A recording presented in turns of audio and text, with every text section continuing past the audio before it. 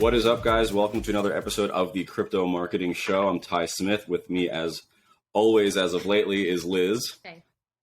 Today, we are going to discuss Instagram for crypto. So I would say this is one of those questions that we get asked pretty frequently, especially with all the social media work that we've been doing. If Instagram is actually important for crypto brands, where we would prioritize that in the scheme of social media as a whole versus other platforms, and then how to implement a Instagram strategy correctly for crypto brands. Yeah. So let's dive in. Liz, as always with these social media stuff, I'm going to defer largely to you on this because you are the social media expert here at Coinbound. What do you think as far as Instagram? Is it important for crypto brands? I think any level of social media can be important for crypto brands and branding as a whole, as long as there is a plan and it's goal oriented and it's properly maintained and fostered.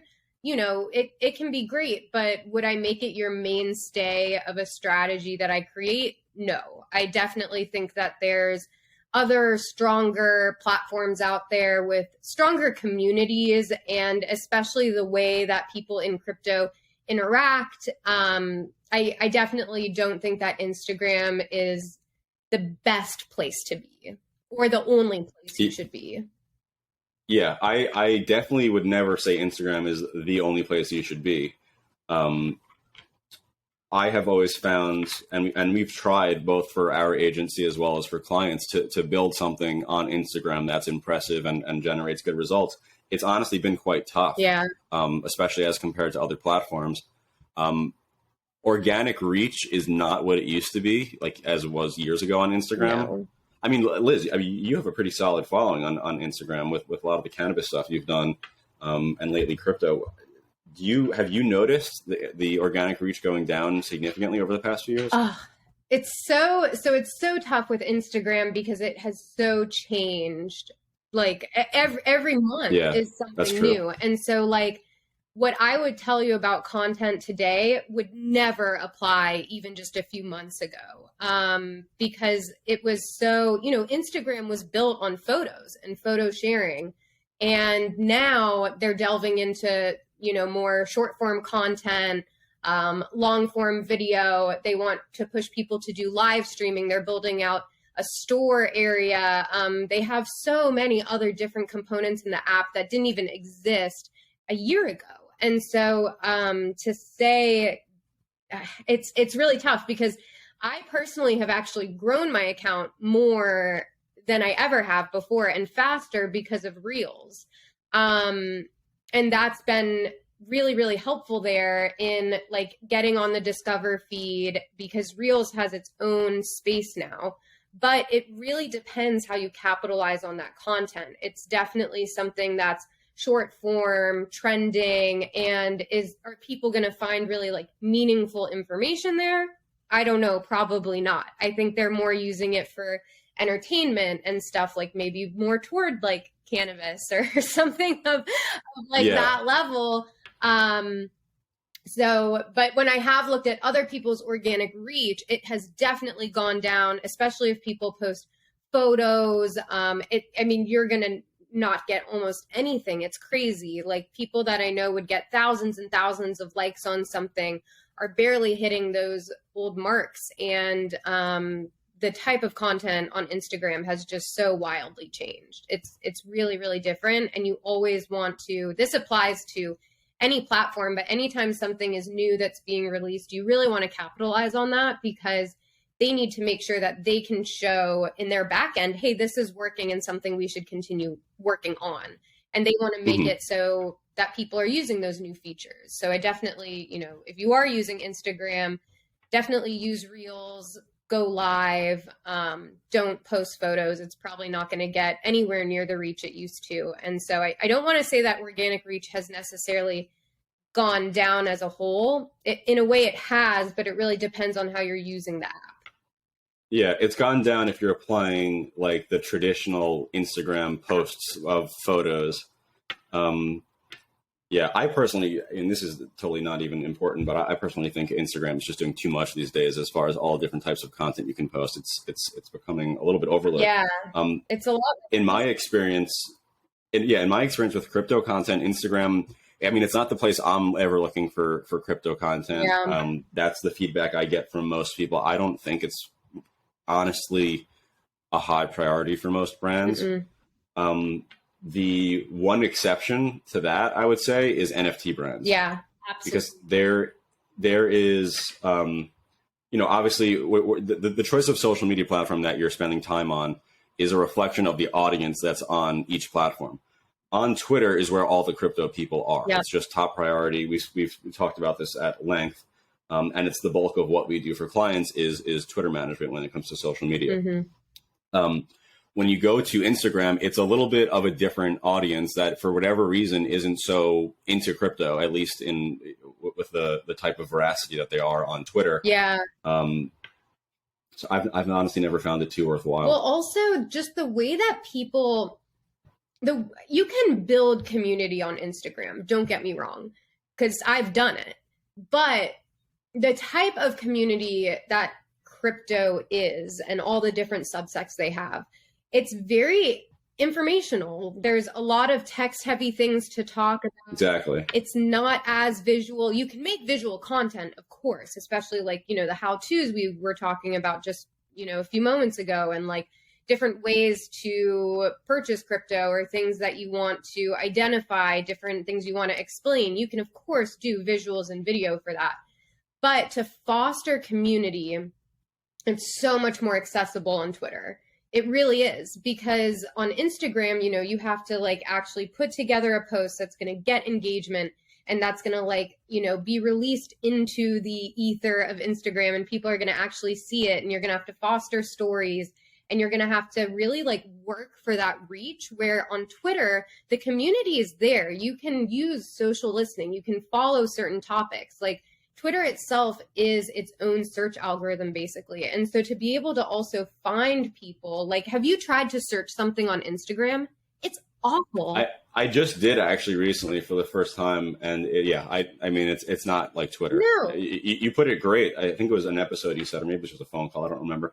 Where you just said like Twitter is just like an amazing social algorithm for content. It really is. And, you can share video to Twitter. Like there's tons of stuff that breaks those barriers of being, home to one platform. People will share content they love on Twitter.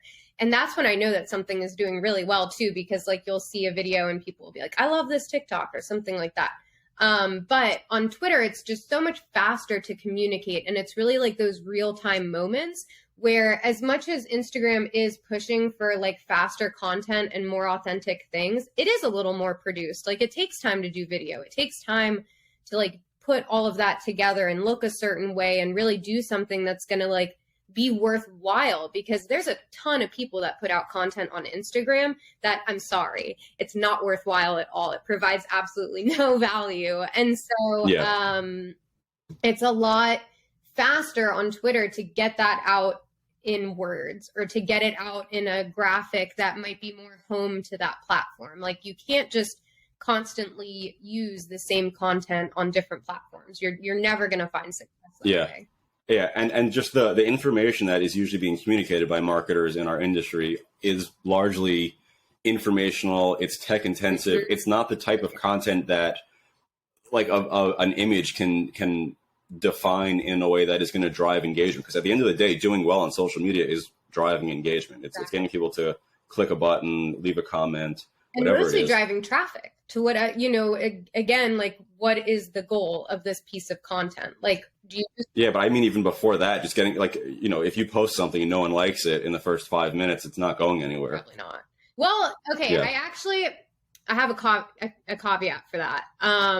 The way that the algorithms are working lately on mostly TikTok and Instagram, I have found that they're starting to feed people in different places, different content. And so there is some content that's more video, like it's all more video, but the way that they're feeding it to people, I've gotten engagement on really old content. And sometimes something will pop off like weeks later. It's really crazy. Yeah. But again, that's like a Reels. That's not an informative piece of content, honestly. And like, for clients in crypto, it is very like text heavy, and it's very it's a lot of information, and also it has to go through legal a lot of times, because there's certain things you can't say, or you have to say in certain ways, and you have to really work within those limitations to make sure that you're giving people the correct information in a way that is digestible, but also not going to get you in trouble. Yeah. And just, I mean, the time commitment of creating content that works on Instagram is significantly higher than that of Twitter. Also compared to the return you're going to get from it. Yeah. Yeah. No, I mean, there's just a ton of reasons why I don't personally spend much resources on Instagram, nor do I recommend it. But I mean, back to the point on NFTs though, like I said, it really comes down to the audience on each social platform. And NFTs, in my mind, are like this collaboration between crypto and art. It's digital art. It's art that is done now in a way that didn't exist before. Obviously, with NFTs, there's a lot more than just that. But that's kind of what's hot at the moment. The whole art community, I mean, think about it. It's visual. It's actually nothing but visual for the most part. That does really well, and that whole community is on Instagram already. So we have seen that it has worked well, Instagram, for NFT companies. Again, and like it always feeds back to your goals. You know, what are you trying to do? Who are you trying to reach? And what's going to be the best way to do that? And that's why I never want to say like, don't do one thing, period, ever. Like, maybe it might work for you and your brand, but historically, I have personally just seen so much more success on Twitter. The community is there. It's really easy to engage in conversation. And if you only have resources for like want to do really well on one social platform, I would heavily recommend it be Twitter. Just because for all the reasons that we've listed and probably more. But if you do want to use Instagram and you have an NFT or you have a brand that might be more visual, or you want to be more visual, sure, go for it, or have it be secondary to what you're doing on Twitter. But yeah, I would just never make it first and foremost what you should be doing. Yeah, I 100% agree. Anything else you want to add? I think that's a good place to wrap up this episode, though. The only thing that I think Instagram has that's really great, but there's a ton of other ways to do that now too, is live streaming. Your audience always gets a notification whenever you go live.